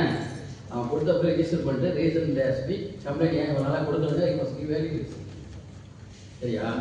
480 லிமிடேஷன் பாயிண்ட்லாம் மாற்றாட்டெலாம் மாறி மாறி வந்துட்டே இருக்கு. கம்ப்ளைண்ட் கொடுத்தது எப்போ, சம்பவம் நடந்தது எப்போ, கம்ப்ளைண்ட் கொடுத்தது எப்போ. பட் இன் ஜென்ரல் கம்ப்ளைண்ட் கொடுத்தா எஃப்ஐஆர் போட்டுக்கலாம். இன்ஃபர்மேஷன் ரிசீவ்டு போலீஸ் ஸ்டேஷன் 3Bல சொல்லுவாங்க. இன்ஃபர்மேஷன் ரிசீவ்டு போலீஸ் ஸ்டேஷனுக்கு எத்தனை மணிக்கு தகவல் கிடைக்குது? இப்போ ஃபோன்லையா நேர்லையா யார் என்ன சொன்னாங்க? இதெல்லாம் வந்து case base. General ID GD ஃபைல்னு ஒன்று இருக்கும். இது மோஸ்ட்லி ஜிடி ஃபைலில் எங்கே எழுதுறதுக்கு டைம் இருக்காது. இந்த ஜிடி ஃபைல் எழுத மாட்டாங்க. இப்போ நாங்கள் ஸ்டேஷனுக்கு சர்ப்ரைஸ் விசிட் போனால் ஜிடி ஃபைல் எடுத்து செக் பண்ணால் அப்டேட்டடாக இருக்கிறது இல்லை. போய் வித்தியாசம் போடணும். அது லாக் ஆஃப் நாலேஜாக இருக்கலாம். ஜிடி ஃபைலில் எழுதணும். எஃப்ஐஆர் தகவல் கிடைச்சா இன்னாருக்கு கொடுத்தாது பொது நாட்கள் பேட்டில் கண்டிப்பாக அதில் குறிப்பு இருக்க வேண்டும். இருக்குமான்னு பார்த்தா ஜிடி ஃபைலை பார்த்தா தெரியும். ஜிடி ஃபைலில் என்ட்ரி வரும். எத்தனை ஜிடி ஃபைல் என்ட்ரி போடுறது நீங்கள் பாருங்கள். உங்களுக்கு தெரிஞ்ச போலீஸ்கிட்ட கேளுங்க எப்பப்போ என்ன பண்ணுறாங்கன்னு. நம்ம முன்னே ஹோம் ஒர்க் பண்ணுறோமா இல்லையா அப்படிங்கிற மாதிரி தான் அதுவும். ஜிடி ஃபைல் அதாவது ரொம்ப மைன்யூட்டாக கிராஸ் பண்ண கூட பாருங்கள். ஈவன் நான் இதை மெட்டீரியல் பாயிண்ட் இப்போ நம்ம அதில் சிஜிஎம் கோர்ட்டில் இருக்கும்போது தான் ஐஓட்ட கேட்குறாங்க. கம்ப்ளைண்ட் ஜிடி ஃபைலில் கம்ப்ளைண்ட் எத்தனை மணிக்கு கொடுத்துருக்காங்க. அவங்க ஜிடி ஃபைலில் கேட்க முடியுமான்னு கேட்டால் அது ஐஓடைய டொமைன் தான். ஜிடி ஃபைலில் எத்தனாவது பக்கம் எழுதிருக்கீங்க அதை மட்டும் நீங்கள் பார்த்து சொல்லுங்கள். அவர் தேடுறாரு இல்லை சொல்லுங்கள். என்ன ஏன் இல்லை இதுக்கு இல்லை. யாராச்சும் ஒருத்தர் இருப்பாங்கல்ல ரைட்டுன்னு ஒரு ஸ்டாஃபே அங்கே இருக்காங்கல்ல ஏன் எழுதலை எக்ஸ்பிளைன். இதெல்லாம் வந்து சின்ன சின்ன விஷயங்களை பூதகரமாக்கி அதை குற்றவாளிக்கு எதிர்க்கு சாதகமாக கொண்டு செல்ல முயற்சித்தார். டைப் ஆஃப் இன்ஃபர்மேஷன் ஓரளவு சொன்னால் கூட தலையோட வந்து என்ன செய்ய முடியும். எழுதி கொடுறா பேனாம் பேப்பர் எழுதி கொடுத்தா சொல்ல முடியும். அவன் சொல்ல எழுதி அவனை கைட் பண்ண படித்து பார்த்து காண்பித்து கையெழுத்து போட்டேன். ஒரு சில அறிவியல் சாட்சின்னு ஒருத்தர் போட்டுருவாங்க. அறிவியல் சாட்சி பக்கத்துலையும் ரேகை வாங்கிப்பாங்க. அது ரிட்டனாக ஓரலான்னு பிளேஸ் ஆஃப் அக்கரன்ஸ் இது போலீஸ்காரங்க எழுத வேண்டியது. ஸ்டேஷன் வந்து எந்த டைரக்ஷன் எவ்வளோ தூரத்தில் நடக்கும். பீட் நம்பர் போலீஸ் பீட் உண்டு. இந்த கேள்வி போட்டு வந்தீங்கன்னா இத்தனை பீட்டு 4வது பீட்டு 3வது பீட்டுன்னு சொல்லுவாங்க. இந்த பீட்டில் எந்த பீட் அப்படின்னு சொல்கிறது. அட்ரஸ் சம்பவ இடத்துல address. In case outside beat of the police station then the name of the police station district. எந்த டிஸ்ட்ரிக்டில் இருக்குது வேறு டிஸ்ட்ரிக்ட் தான் எஃப்ஐஆர் கொடுத்தா வாங்கி பதிவு பண்ணணும். ஆனால் அவன் அங்கே போன்னு சொல்லி அனுப்புவாங்க. கம்ப்ளைண்ட் இன்ஃபர்மேஷன் தகவல் கொடுத்த நபர் who set law in motion அவருடைய பெயர் father's name date of birth passport number 6C date of issue place of issue F வந்து ஆக்குபேஷன் ஜி அட்ரஸ். இதெல்லாம் புகார்தாருடைய விவரக்குறிப்பு. இதெல்லாம் எப்போ இருக்கணும் எதை பேஸ் பண்ணியிருக்கணும். கம்ப்ளைண்ட் கொடுத்த உடனே கம்ப்ளைண்ட்டில் வாங்கி எழுத வேண்டும். இதற்கு பின்பு திருத்த முடியாது. அதுக்கு தான் காப்பியை உடனே கோர்ட்டுக்கு அனுப்ப சொல்கிறாங்க. அவங்க என்ன அன்னைக்கே இன்ஃபர்மேஷன் சொல்லுவாங்க. இது ஜஸ்ட் ஃபர்ஸ்ட் இன்ஃபர்மேஷன் ரிப்போர்ட் தான். இல்லாவிட்டால் கூட இதில் திருத்தம் செய்யக்கூடாது என்பதற்காக இத்தனை நிபந்தனைகள். Details of known or suspected unknown accused. இருந்த குற்றவாளியா தெரியாத குற்றவாளியா. இப்போ திடீர்னு ஏச்சு ஒரு நபர் வந்து அவரை வந்து நீங்கள் எல்லாம் சேர்ந்து அடிச்சிட்டிங்கன்னா இதுக்கு எத்தனை நம்பர்ஸ் இருப்பாங்க இங்கே டோட்டலாக 150. ஒரு நபரை திடீர்னு இவரை அடிச்சிட்டிங்கன்னா 150 பேரை அவளால் சொல்ல முடியுமா. 150 நபர்கள் என்னை தாக்கினாங்க இந்த இடத்தில் வந்து இந்த தேதியில் தாக்கினாங்க சொன்னால் போதும். எல்லா பேரையும் பேரை கேட்டுக்க முடியுமா. மொழி அடிப்பீங்களா சொன்னால் போதும். ஆனால் உடனே அதை இத்தனை பேர் இங்கே இருந்தாங்க பேர் சொல்ல வேண்டிய அவசியம் இல்லை. இத்தனை பேர் ஆனால் தெரிந்த நபராக இருந்தால் கண்டிப்பாக சொல்ல வேண்டும். அடித்த நபர் தெரிந்த நபர் ஃபேமிலி மெம்பர்ஸ் அடிச்சிட்டாங்க அப்படின்னா பேர் சொல்லணும்ல. தெரிந்த நபர் அப்படின்னு சொல்லி போயிட்டு கடைசியில் கேஸ் நடக்கணும் பார்த்தா அவர் சொந்த மாமாவாக இருப்பான். என் மாமா பேரை சொல்லலை. எல்லாம் ஒரு லூப் கோட் மாதிரி வச்சுட்டு மற்றும் பேரெல்லாம் சேர்த்துவாங்க. சம்டைம்ஸ் இப்படி 150 பேர் சொன்னோம்ல 150 பேர் சேர்த்துன்னு ஒரு யார் உங்களே தவிர்த்து யாரெல்லாம் உள்ள சேர்த்துக்கணும். அதில் லூப் கோட்ஸ் பாசிட்டிவ் மைனஸ்லாம் உண்டு. ஆனாலும் கூட அதை நம்ம வந்து கரெக்டான இதில் கொண்டு போகணும். டீட்டெயில்ஸ் ஆஃப் நோன் ஆகிடுச்சுன்னா கண்டிப்பாக தெரிந்த நபராக தெரிந்த நபராக தெரியாத நபரா என்பதை வழக்கு விசாரணை நடக்கும் பொழுது நமக்கு அங்கே தெரிந்து விடும். சாட்சி எங்கள் இப்போ கம்ப்ளைண்ட் வந்து எனக்கு தெரியாத நபர் சொல்லிடுவாங்க. சாட்சி விசாரிக்கும் போல் எதிரியை நீங்கள் முன்னப்பட பார்த்தது இல்லைல்ல அப்படிம்பாங்க. பக்கத்து ஊராக இருப்பான், சொந்தக்காரனாக இருப்பான், ஏற்கனவே கேஸ் நடந்திருக்கும், சிவில் கேஸ் நடக்கும், இல்லை தெரியும். அப்புறம் ஏன் நீங்கள் கம்ப்ளைண்ட்டில் சொல்லலை, கம்ப்ளைண்ட்டில் ஏன் சொல்லலை, வேணுக்குன்னு ஏன் சொல்லலை, தெரிஞ்சு நம்ம எனக்கு தெரியாது முன்னப்பட பார்த்தல செய்யிச்சுனாச்சு என்ன செய்ய முடியும். மூஞ்ச காமிச்சா போவான், முகமூடி போட்டு தான் வருவான், அவனெலாம் என்ன செய்ய முடியும். அடையாளம் தெரியாத நபர். ஸோ கோஜண்டாக இருக்கணும், ரீசனபிளாக இருக்கணும், புகாதாரம். போய் சொன்னால் அங்கே வந்து பார்க்கல மாட்டிக்குவார், அவர் பிடிவி கிராஸ் பண்ண முடியும். ஸோ இதெல்லாம் எடுத்து மெட்டீரியலாக பார்க்கலாம். அடுத்து பாருங்க, reason for delay in reporting any complaint அது இன்ஃபார்ம். சம்பவம் நடந்து காலம் கடந்து வந்தால் காரணம் சொல்ல வேண்டும். பொதுவாக டிஃபால்ட்டாக நீங்கள் எஃப்ஐஆரை பார்த்தீங்கன்னா தெரியும், ஒரு லைன் எழுதிருப்பாங்க, வாதியால் தாமதம். வாதியால் புகார் வந்து டிஃபால்ட்டாக பிளேஸ் மாதிரி இப்போ வாதியால் தாமதம் வாங்கி வச்சு பேச்சுவார்த்தை நடத்தி முக்கியமான நாள் வராங்களா இல்லையா, ஃபோன் வருதா இதெல்லாம் பார்த்து வச்சு செய்யறதுலாம் வேற விஷயம். ஆனால் இது வர்றது வாதியால் தான். Particulars of property stolen received attach separate if necessary. காணாமல் போயிட்டா என்ன செய்ய முடியும், அந்த ப்ராப்பர்ட்டியோட விவரங்கள்லாம் இது இருக்கு. இது column number 9. Total value of the properties. உங்கள் ப்ராப்பர்ட்டி உங்களுக்கு ஒரு ஐடியா இருக்கணும்ல, வேல்யூ தான் ஒரு டில்லுன்னு போட்டுவாங்க. அப்புறம் போட்டு வந்து லட்சக்கணக்கில் காணுமா, லட்சக்கணக்கில் காணும். அது இப்படி உன் ப்ராப்பர்ட்டி தானே. Sometimes we may not and our exact details, but we approximate details ஆச்சும் சொல்லணும். Offence against property, offence body. பாடியில் தேவையில்லை, உடம்புக்கு எதிராக செல்லப்பட குத்துறது வைக்கிறது காயம் ஏற்படுத்துறது இதெல்லாம் வேறு விஷயம், அதில் இது தேவையில்லை. பட் ப்ராப்பர்ட்டி சம்மந்தமாக அஃபர்ட்ஸ் ப்ராப்பர்ட்டிங்க பொழுது காணாமல் போனது இந்த மாதிரி விஷயங்கள்லாம் இருந்தால் அதில் கண்டிப்பாக சொல்லுது. இதில் சொல்லலாம் எஃப்ஐஆர் என்னட்டு த்ரோனவே ஐவர் எக்ஸ்பிளைன். நீ ஏன் சொல்லலாம், அவன் சொல்லுவான் கம்ப்ளைண்ட்டில் சொல்லலாம், அதெல்லாம் நான் சொல்லலாம்னு சொல்லுவான். அவனுக்கா தெரியும், ஐஓக்கா தெரியும். ஐஓக்கு கம்ப்ளைண்ட்டில் இல்லைங்க டீட்டெயில்ஸாக அதெல்லாம் சொல்லலை. So vary certificates. ஸோ புகார் சொல்லும்பொழுது படிக்காதவன் போய் ஸ்டேஷனில் சொல்கிறான், அப்போ என்ன பண்ணுறது? படிக்காதவன் போய்னா அவன் சொல்லத்துல நடந்தது இருக்கும், நேச்சுரலாக சொன்னான். பேர் இருந்து ஃபர்ஸ்ட் இன்ஃபர்மேஷன் ரிப்போர்ட். அவன் சொல்லத்துல அது எழுதிட்டா போச்சு. சரிங்களா? ஆக இந்த டீட்டெயில்ஸாக மைனூட்டாக நீங்கள் பார்க்கணும். FIR contents. இதுக்கப்புறம் அந்த ஆறு புகார் இப்போ வந்து கொடுத்தாரு, இதெல்லாம் எழுதிட்டே இருந்தோம், வச்சுட்டே இருந்தோம். அந்த புகார் விவரங்கள் ரீப்ரொடக்ஷன் ஆஃப் த கம்ப்ளைண்ட் வெர்ஷனாக தான் இருக்கும். Action taken 14 signature computer of the complaint informant 14. இதை மெட்டீரியல் ஒன்று அதில் வந்து கம்ப்ளைண்ட் கொடுத்தா கம்ப்ளைண்ட்டை காப்பி கொடுக்கணும், இருந்து வாங்கிட்டு போவான்னு சொல்லணும். ஒரு சிலர் போட்டுருப்பாங்க, ஒரு சிலர் போடாமல் போவாங்க. இந்த கம்ப்ளைண்ட்டுக்கும் கோர்ட்டில் அந்த புகார் வேலை கரஸ்பாண்டிங் கம்ப்ளைண்ட்டுக்கும் வித்தியாசம் இருக்கும். ஏற்கனவே தாவாக்கு வழக்குக்கு முன்னால் உள்ள புகாருடைய கம்ப்ளைண்ட்டுக்கும் இதோட வித்தியாசம் இருக்கும். இதெல்லாம் மைனூட்டாக டீட்டெயிலாக செக் பண்ணுவாங்க. Date and time of dispatch of the என்னது டு த கோர்ட். காலம் 15 இருக்கா? ஸோ இதில் அப்போ அந்த டயத்தை அவன் கண்டிப்பாக சொல்ல வேண்டும். இதை டிஸ்பேச் பண்ணி ஒரு வாரம் கழிச்சு கோர்ட்டுக்கு கிடைச்சா காரணம் என்ன, நடந்தால் போக போகிறான், எந்த போலீஸ்கார நடந்து போகிறாங்க, யாரும் நடந்து போக மாட்டாங்க, தபாலாம் அனுப்ப மாட்டாங்க, யாருமே வச்சு கொடுத்து போவாங்க. ரைட்டா? இது எஃப்ஐஆர் பொறுத்த வரைக்கும் details. 5 minutes more I wind up by 10:30. இது போக எப்படி மெட்டீரியல்ஸ் இருக்குது 1 hour சொல்லிட்டேன். ஹைட் விட்டா இருக்கும் மேம்போக்கு அதில் சொல்ல போனால் இம்பார்ட்டன்ஸ் ஆஃப் த சீசர் மகஜர். சீசர் மகஜர் ஏதாச்சும் சம்பவ இடத்துலேருந்து கைப்பற்றல் மகஜர்னு சொல்லுவாங்க. அந்த கைப்பற்றல் மகஜரில் வந்து இப்போ என்ன பண்ணலாம், இப்போ காலையில் போலீஸ்காரங்க ரவுண்ட்ஸ் போகிறாங்க. நீங்கள் காரைக்குடி தானே, இப்போ 10:30 ஒரு நபரை பார்த்துட்டாங்க, ஒரு பையில் ஒரு இதோடு இருக்கிற கஞ்சாவை இது ஒரு சந்தேகப்பட்ட நபர். சந்தேகத்தின் பேரில் அரெஸ்ட் பண்ணலாமா? வரல காம்பவுண்டபிள் அஃபென்ஸ் சார் தான். அரெஸ்ட் பண்ணதுக்கு வாரண்ட் வேணுமா? Yes sir.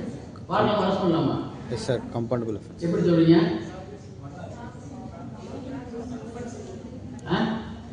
It is a compoundable non bailable offense. சந்தேகப்பட்டவரை பேரை சொன்னா அரெஸ்ட் பண்ணும். சரியா? வாரண்ட் இருக்கான்னு கேட்பாங்க. படத்தில் பார்த்து படத்துக்கும் நீதிமன்றத்துக்கும் வித்தியாசம் ரொம்ப இருக்கும். வாரண்ட் இருக்கா, அரெஸ்ட் வாரண்ட் இருக்கா? அரெஸ்ட் வாரண்ட்லாம் not material mandatory. If situation required I can be arrest. இப்போ நபரை கைது சாக்கு போயோட பிடிச்சிட்டாங்க. சந்தை என்னப்பா இருக்கு காமிப்பா, காமிச்சா விட்டுதான் சொல்லுவாங்க. காமிக்க மாட்டேன்னா காமிச்சா கஞ்சாவா இருக்கு, இல்லை ஏதோ ஒரு மெட்டீரியல் திருட்டு பொருளாக இருக்கு, ஒரு என்ன சொல்லுவாங்க வேலியபிள் ஒரு மிக்சி இருக்கு, ரிப்பேர் பண்ண போனால் ஓகே, திருடி கொண்டு தானே பிடிச்சிட்டாங்க. அப்போ என்ன பண்ணுவாங்க, அந்த இடத்துல வந்து 2 நடுநிலை நபர்களை வைத்து ஒரு கைப்பற்றி மகனை ரெடி பண்ணி டேட்டு டைம் பிளேஸு எல்லாம் ரெடி பண்ணி அதை அனுப்பணும். எஃப்ஐஆர் போடணுமா போடாமல் பண்ணலாமா? போடாமே பண்ணலாம். டைமிங் எல்லாம் போட்டுல இதில் எஃப்ஐஆர் கிரைம் நம்பர் வேணுமா வேண்டாமா? இதில் அப்புறம் கிரைம் நம்பர் இல்லாமல் எப்படி இதை ரெடி பண்ணுவீங்க? வருமா வராதா? காலையில் 10:30 நீங்கள் ஒரு போலீஸ்காரர் ஒரு நபரை திருட்டு பொருளோடு பிடிக்கிறார், சந்தேகத்தின் நபர். இதை கையோடு பிடிச்சி ரெடி பண்ணி ஒரு 12 மணிக்கு போய் தான் எஃப்ஐஆர் போடுறாரு. 12 மணிக்கு இந்த கிரைம் நம்பர் ஃபர்ஸ்ட் காலம் வந்துச்சுக்கா அதில் வரும். 12 மணிக்கு போட எஃப்ஐஆர் கிரைம் நம்பர் இந்த காலையில் கொஞ்சம் கைப்பற்றும் வகையில் இருக்கணுமா வேண்டாமா? எத்தனை பேர் இருக்குன்னு சொல்றீங்க? அவங்க மட்டும் கை தூக்குங்க. இருக்காதுல தனியாக கேட்குறேன். இருக்குன்னு சொல்லுங்க. எத்தனை பேர் கை தூக்க கை தூக்குங்க. ஆமா, அடிக்கடி கை தூக்கு பாருங்க. ஹார்ட் அட்டாக்லாம் வளர்ந்தாங்க கை தூக்கணும்னு தெரிஞ்சுமா? வளர்ந்து நீங்க தூக்கமெல்லாம் ஏதோ ஹார்ட் ஸ்லோலி டவுனா கிளாஸ் அனுக்கலாம் தூக்கக்கூடாது. சாதாரண சொல்லலாம். சரி, தேவையில்லைன்னு சொல்லலாம். கை தூக்குங்க.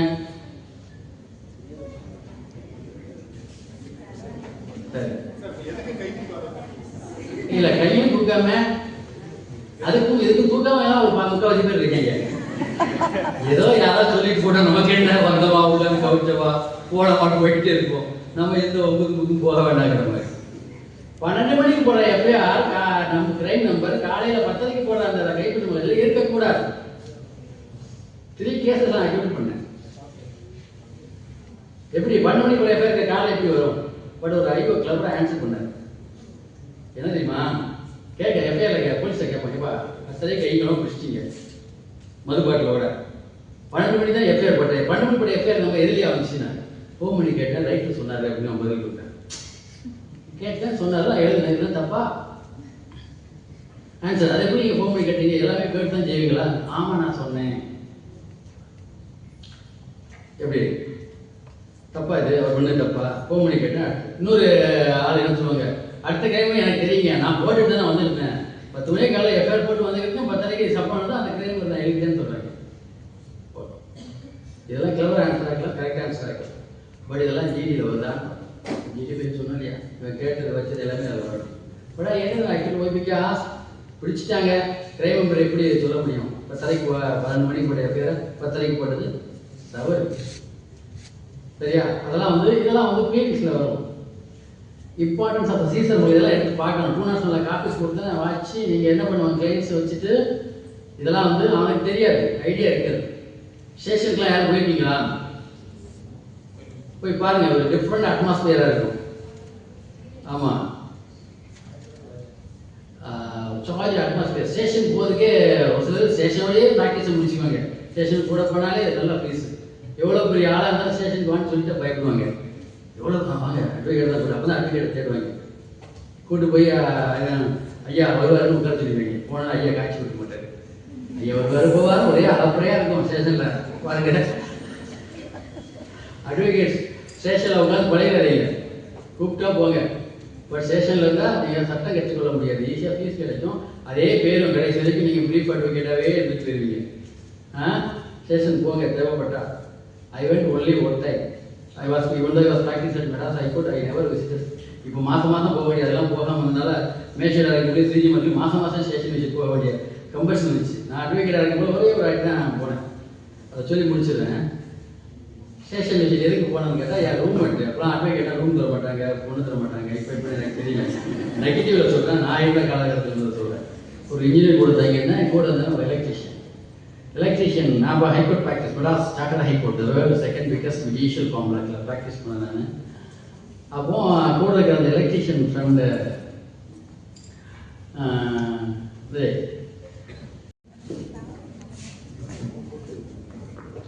A very good morning to all here. I am pleased to propose a vote of thanks on behalf of our Government Law College Karaikudi on this occasion of one-day national level workshop on art of drafting, pleading and conveyancing. Our sincere gratitude to the Platinum Chief, Professor Dr. J. Vijayalakshmi Madam, the Director of Legal Studies, for her unwavering support. We express our sincere appreciation to our Principal Professor Dr. S. Murugesan Sir, the anchor of the ship, for his relentless effort in organizing this workshop meticulously ensuring that every trivial detail are taken care in order to reach the maximum benefit for our students. Thank you, sir. I am privileged to extend my sincere gratitude to Thiru A. Pasiman Sanmugaya sir, District Judge, Family Court and Chairman Permanent Law Adalat Shivagangai. Sir, words fall short of expressing how profoundly our students have benefited from your session. எமது மாணவர்களுக்கு புரியும்படி மிகவும் தெளிவாகவும் சின்ன சின்ன நுணுக்கமான விஷயத்தை கூட அவங்க ரொம்ப தெளிவாக பேசினாங்க. மிக்க நன்றி ஐயா.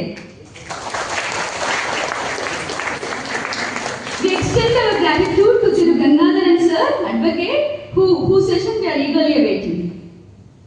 Words we would fail if we don't extend our gratitude to Professor Dr. K. Bhaskaran sir, Principal, Government Engineering College, Karaikudi, and their staffs.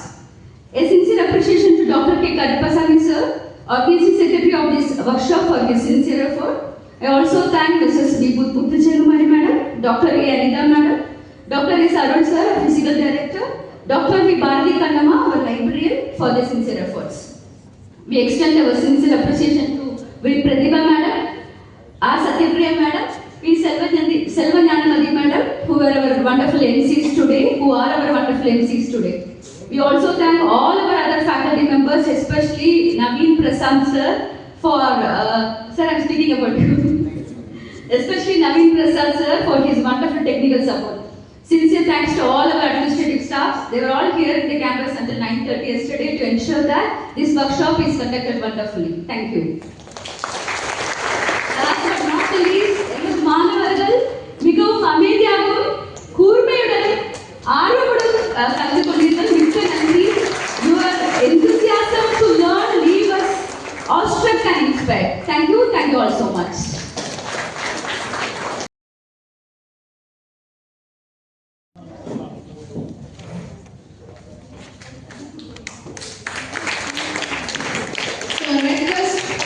Mrs. Muthu Jaykumari to honor our esteemed Chief Guest Gangadharan sir, Advocate Tiruchirappalli, with a memento as a token of respect.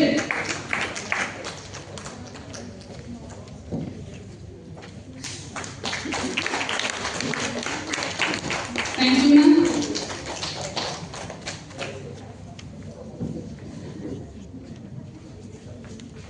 It is my proud privilege to introduce our esteemed Chief Guest, Thiru Gangadharan, Advocate. It is a distinguished practitioner in the field of registration of documents with an enriching experience of over 30 years. It is a matter of pride to note that he is an alumnus of Government Law College, Trichy, and was enrolled as an advocate in the year 1996. Even prior to his enrollment, he was actively engaged in this specialized area of practice.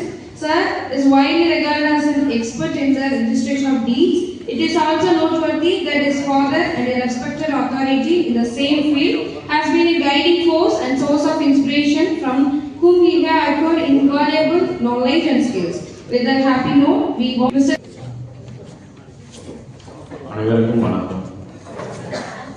சட்டக்கல்வி இயக்கம் சென்னை வழிகாட்டுதல் அரசு சட்டக்கல்லூரி காரைக்குடி நடத்துகின்ற இந்த ஒரு நாள் தேசிய அளவிலான பயிலரங்குக்கு பேச வாய்ப்பளித்த உங்கள் கல்லூரி முதல்வர் திரு முருகேசன் அவர்களுக்கு மிக்க நன்றியை தெரிவித்துக் கொள்கிறேன்.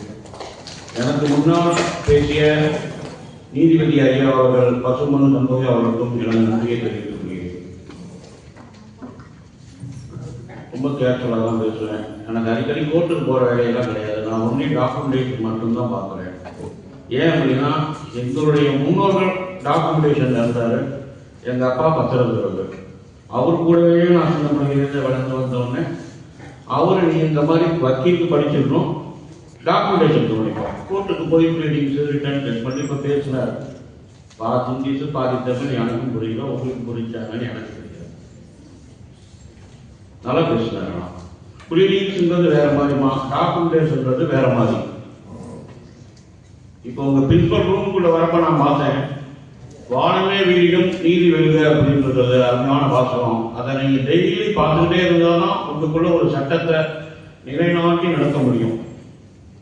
அதே மாதிரி இந்த வழக்கறிஞர் படிப்புன்றது உங்களுக்கு கிடைச்சது ஒரு பெரிய வாய்ப்பு. அறிந்து மாநிலனாய் பிறந்த அறிஞர் பாட்டு கேட்டிருப்பீங்க, அது விளக்கமாக சொல்லணும்னு அவசியம் இல்லை. அது மாதிரி கல்வின்றது உங்களுக்கு கிடைச்சிருக்கிறது ஒரு பெரிய வாய்ப்பு. இதை நீங்கள் நல்ல விதமாக பயன்படுத்தி நல்ல விதமாக வந்தால் இந்த ப்ரொஃபஷனில் நல்லா செய்யணும். எல்லாருமே சொல்லுவாங்க வக்கீல்லாம் ஃப்ராடு, பொய் சொல்லுவாங்க, அவங்க அப்படியே நடவடிக்கை மாறுவாங்க, ஏமாற்றுவாங்கன்னு. அது கிடையாது. உண்மையை சொல்லி நல்லது செஞ்சால் உலகமே உங்கள்கிட்ட பயணம். ஒன்றும் தவறு நம்ம உலகம் கிடையாது. ஏன்னா சட்டப்படியில் இன்னைக்கு நிறையா பேரை பொய்யான கேஸ் போட்டு பொய்யான வழக்கெல்லாம் கொடுத்து பொய்யான வேலை ஏமாற்றி இருக்கிறாங்க. உங்கள்கிட்ட வந்தவுடனே அவளை நல்ல விதமாக நீங்கள் செஞ்சு வச்சாலே போதும். அவளை காப்பாற்றினாலே போதும், உங்களை அவங்க தெய்வமாக மதிப்பாங்க. நல்ல அருமையான ப்ரொஃபஷன். அதே போல் நான் எடுத்துக்கிறது வந்து பத்திரப்பதிவுத்துறை தான் எடுத்துருக்கேன். பத்திரப்பதிவில் டாக்குமெண்டேஷன் எழுதுறது எப்படி அப்படின்றது எங்களுக்கு இருந்தது. எங்கள் அப்பா கற்றுக் கொடுத்தார். எங்கள் அப்பா சமூகம் செட்டியாக இருந்தவர். பத்திரங்கள் தொழிலே இருந்து அவர்கிட்ட சின்ன பிள்ளையிலே நான் கற்றுக்கிட்டே வந்து வளர்ந்ததாக தான் இங்கிருந்து நான் கற்றுக்க முடிஞ்சு. அதுலேயும் கோர்ட்டுக்கு போக வேணாம், பத்திரங்கள் தொழிலை கற்றுக்கிட்டு நம்ம இதே இருந்தாலே நம்ம சைன் பண்ணலாம் அப்படின்னு சொன்னார். அந்த விதத்தில் தான் சைன் பண்ணியிருக்கோம். அதே போல் பத்திரப்பதிவுத்துறைன்றது பழங்காலத்து நெடுத்துறை. அதில் வந்து பதிவின் மூலமாக நம்ம உரிமையை காமிக்கிறாங்க. ஒரு இடத்த வாங்கணும், இடத்த விற்கிறோம் அப்படின்னா நம்மளுடைய உரிமை என்னவோ அதை நிலைநாட்டி கொடுக்கறது தான் பத்திரப்பதிவுத்துறை. பத்திரப்பதிவுத்துறையை பற்றி சொல்லணும் அவசியம் நீங்கள் நெட்லையும் நல்லா பார்த்துக்கலாம். 9 மண்டலம், 25 மாவட்ட பதிவாளர், 92 துணைசார் பதிவாளர்கள், 525 நியூஸ் ஆஃபீஸ் இருக்கு தமிழ்நாட்டில்.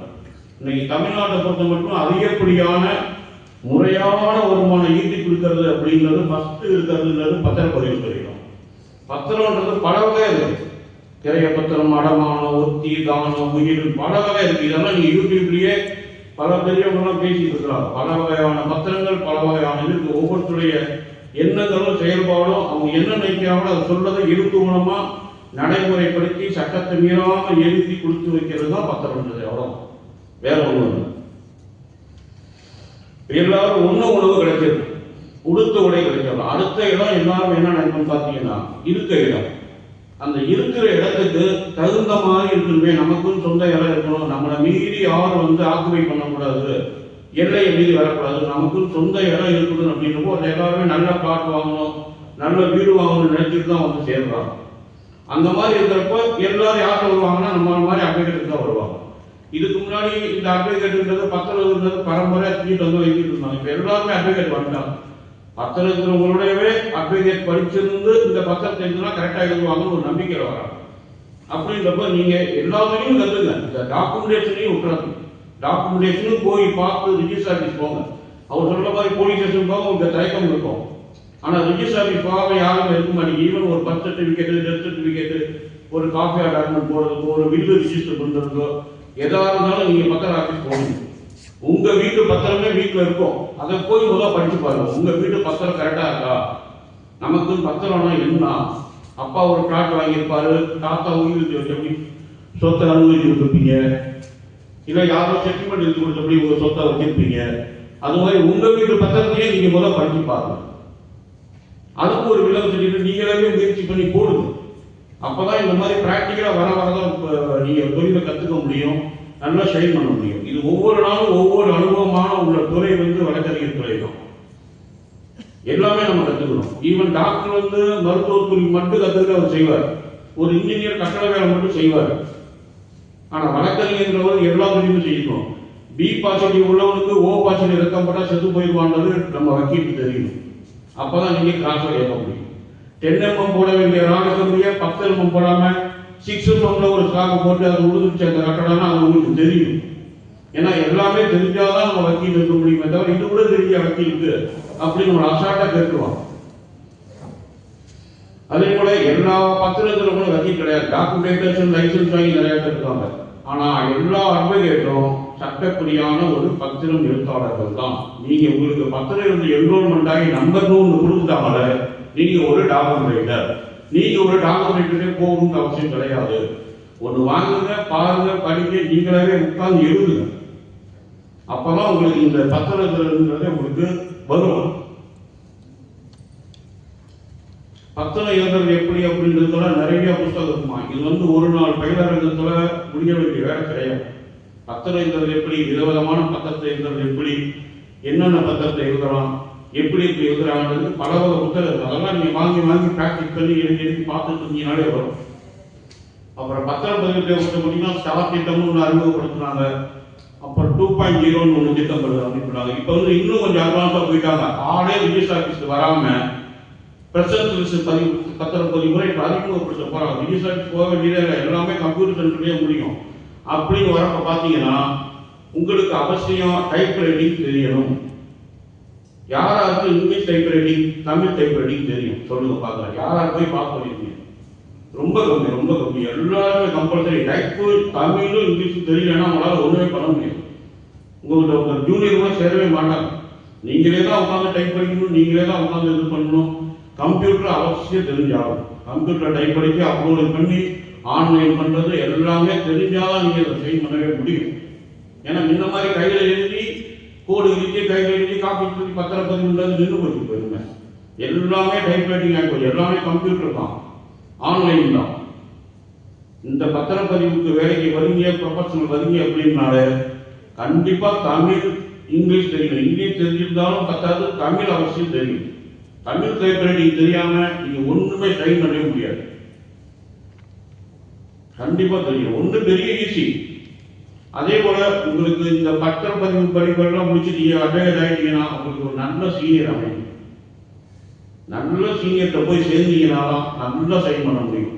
நீங்க ஒரு சீனியர் ஆகிட்டாலும் உங்களுக்கு அமைகிற ஜூனியரை பொறுத்து தான் அதுக்கப்புறம் நீங்க நல்லா இருக்க முடியும். நமக்கு அப்புறம் ஜூனியர் நல்லா அமையலன்னா ஒன்றும் பண்ண முடியாது. இப்போ நான் நீங்க சைன் பண்ணேன்னா என்கிட்ட பிரபுன்னு ஒரு ஜூனியர் இருக்காரு, கார்டுன்னு ஒரு ஜூனியர் இருக்காரு. ரெண்டு பேருமே நல்லா சைன் பண்றதுனால நாங்க சைன் பண்ணி இன்னைக்கு என்னை பிரின்சிபல் இங்கே கூட்டிட்டு வந்து பேசுற அளவுக்கு கொண்டு வந்து வச்சிருக்காரு. அதே போல பத்திரப்பதிவுடைய சட்ட நோக்கம் என்னன்னு பார்த்தீங்கன்னா, ஒரு பத்திரத்துடைய உண்மைத்தன்மையும் உறுதித்தன்மையும் தெரியப்படுத்திடுறாங்க, பரிவர்த்தனை விளம்பரம் அளிச்சிடுறாங்க. அதே போல மோசடியாக தடுத்துடுறாங்க. மோசடியாக உங்க சொத்தை வந்து வேற யாரும் விற்கிற மாதிரியும் வேற யாரும் உங்க ஆதார் கார்டு டாக்குமெண்ட் வச்சு போலியான அவனை உருவாக்க வந்து அதை தடுக்கிறதுக்கும் பத்திரப்பதிவு துறையில நல்ல வேலையெல்லாம் எடுத்து யாருமே யாருக்கும் விற்க முடியாது. குறிப்பிட்ட உரிமை உள்ளவங்க வந்துதான் இந்த சொத்தை விற்க முடியுன்ற அளவுக்கு எல்லாம் ஸ்ட்ராங் பண்ணி வச்சிருக்காங்க. அதே போல விலகல் சான்றிதழ் அப்படின்றது நீங்க ஆன்லைன்லயே பார்த்துக்கலாம், அது ஒரு பெரிய பிரச்சனை இல்லை. அதே போல பத்திரம் காணா போச்சு அப்படி அப்படின்றப்ப நீங்க கவலைப்படணும் அவசியம் இல்லை. உங்களுக்கான காப்பியாளர் மட்டும் ரிஜிஸ்டர் ஆஃபீஸ்ல இருக்கும். பத்திரம் காணா போச்சு அப்படின்னு சொல்லிட்டு சர்டிபிகேட் வாங்கி நீங்க உங்க உரிமையை நல்லா காத்துக்கணும். அவ்வளவுதான். இதுல பத்திரப்பதிவை பொறுத்த மட்டும் இதுதான். அதே மாதிரி பத்திரப்பதிவு புரிஞ்சிட்டாலும் நீங்க ப்ரொஃபஷனலுக்கு போயிட்டீங்கன்னா வேற யாரும் டாக்குமெண்ட் தயார் பண்ணி அது நீங்க வெறும் கீழே கையெழுத்து போட்டு 50 ரூபா 100 ரூபா கொடுத்தாலும் அந்த மாதிரியான வேலைக்கே இறங்காது. அப்ப அப்படி பண்ணுனீங்கன்னா நீங்க மாட்டிடுவீங்க. வேற யாரும் தயார் பண்ணதுக்கு கையெழுத்து போட்டு பதிவு பண்ணி கொடுத்தீங்கன்னா நீங்க மாட்டிடுவீங்க. பெரிய அப்படி மாட்டிக்குவீங்க. அந்த மாதிரி எதுவும் பண்ணிடாது. பத்திரம் போய் நீங்களே டாக்குமெண்ட் தயார் பண்ணி நீங்களே கைட்டு போடுங்க. இன்னொருத்தர் பத்திரம் தயார் பண்றதுக்கு நீங்க கைட்டு போடக்கூடாது. எல்லாரும் என்ன பண்றாங்க, வக்கீலாக கல்விட்டா நோட்டரி வாங்கிட்டாலும் சரி, இல்ல ரிஜிஸ்டர் ஆஃபீஸ்ல போய் நின்றுக்கலாம். ஒரு யாரோ document writer agent broker document ரைட்டருடைய சன் லைசன்ஸ் இல்லாதவங்க இடைத்தரகர் நிறைய பேர் இருப்பாங்க. அவங்களே பத்திரம் தயார் பண்ணிட்டு அவங்க கைட்டு உடனே சீலை குத்தி கையத்தை போட்டு வச்சு கொடுத்துட்டீங்கன்னா 100 ரூபா கொடுப்பான், 500 ரூபா கொடுப்பான். ஆனா அந்த இடத்துல 5 கோடி ரூபாயில இருந்து எத்தனையோ லட்சங்கள் லாஸ் ஆகும். அவன் ஒரு கூலி நபர் 1 ரூபாய்க்கு ஒரு பத்திரத்தை தயார் பண்ணிக்கலாம், சர்வே நம்பர் தப்பா இருக்கலாம், எதா இருந்தாலும் உங்களுக்கு தான் அது பாருங்க. அதுல டாக்குமெண்டேஷன்றது முக்கியமான ஒரு கலை. டெய்லி நீங்க பார்த்து படிச்சுக்கிட்டே இருக்கணும். எதா இருந்தாலும் இன்னைக்கெல்லாம் சிவில் கேஸை பொறுத்த மட்டும் அரை சாதனால ஒரு டாக்குமெண்டேஷன் தான். ஒரு டாக்குமெண்ட்ல தான் தப்பு. கிரிமினல் கேஸை பொறுத்த மட்டும் கண்ணால பார்த்த சாட்சி இவனை நான் கொண்டுட்டேன் அவனை வெட்டதை பார்த்தேன் அப்படின்னாலே அது ஒரு எவிடன்ஸ். ஆனா சிவில் கேஸை பொறுத்த மட்டும் டாக்குமெண்ட் தான் எவிடன்ஸ். அப்படின்றப்ப நீங்க டாக்குமெண்ட்டை நல்லா பார்த்துட்டு இருக்கணும், படிச்சுட்டே இருக்கணும். எங்க இருந்தாலும் சரி ரிஜிஸ்டர் ஆஃபீஸ்க்கு போகாம இருக்காது. எல்லாருமே ரிஜிஸ்டர் ஆஃபீஸ் வந்து சாதாரணமா ஒரு பத்திரப்பதிவு நடவடிக்கை எப்படி நடத்துறாங்க, ஒரு சொத்து வாங்குறப்ப வைக்கிறப்ப எப்படி செய்யறாங்க நல்ல கவனிச்சு பாருங்க. ஒன்றும் தப்பு இல்லை. கோர்ட்டுக்கு போற மாதிரி ரிஜிஸ்டர் ஆஃபீஸ்ல போய் சீட்டெல்லாம் இருக்கு, தாராளமா உட்காந்து பார்க்கலாம். நீங்க இன்னைக்கு ஈஸியா சிரமப்படவே வேண்டியதில்லை. இன்னைக்கு நீங்க செய்யற இந்த டாக்குமெண்டேஷன் ப்ரொஃபஷனல்னு சொல்லி இறங்கி செஞ்சீங்கன்னா நீங்க ஒரு சொத்து வாங்குறீங்க அப்படின்னா அவங்களுக்கு ஒரு நல்லது செஞ்சு கொடுக்குறீங்க. சொத்தை விற்கிறவனுக்கு பணம் போகுது, சொத்து வாங்குறவனுக்கு ஒரு ப்ராப்பர்ட்டி கிடைக்கும். அப்ப ரெண்டு பேரும் மகிழ்ச்சியான ஒரு ஃபீல்ட்ல தான் செஞ்சிருக்கீங்க. அவ்வளவுதான். நல்லது. தேங்க்யூ. தங்களின் 30 வருட ஆவண எழுதும் முறையின் அனுபவங்களையும் பத்திரப்பதிவின் நடைமுறைகளையும் மிக எளிமையாகவும் தெளிவாகவும் எங்களிடம் பகிர்ந்து கொண்டதற்கு மிக்க நன்றி ஐயா.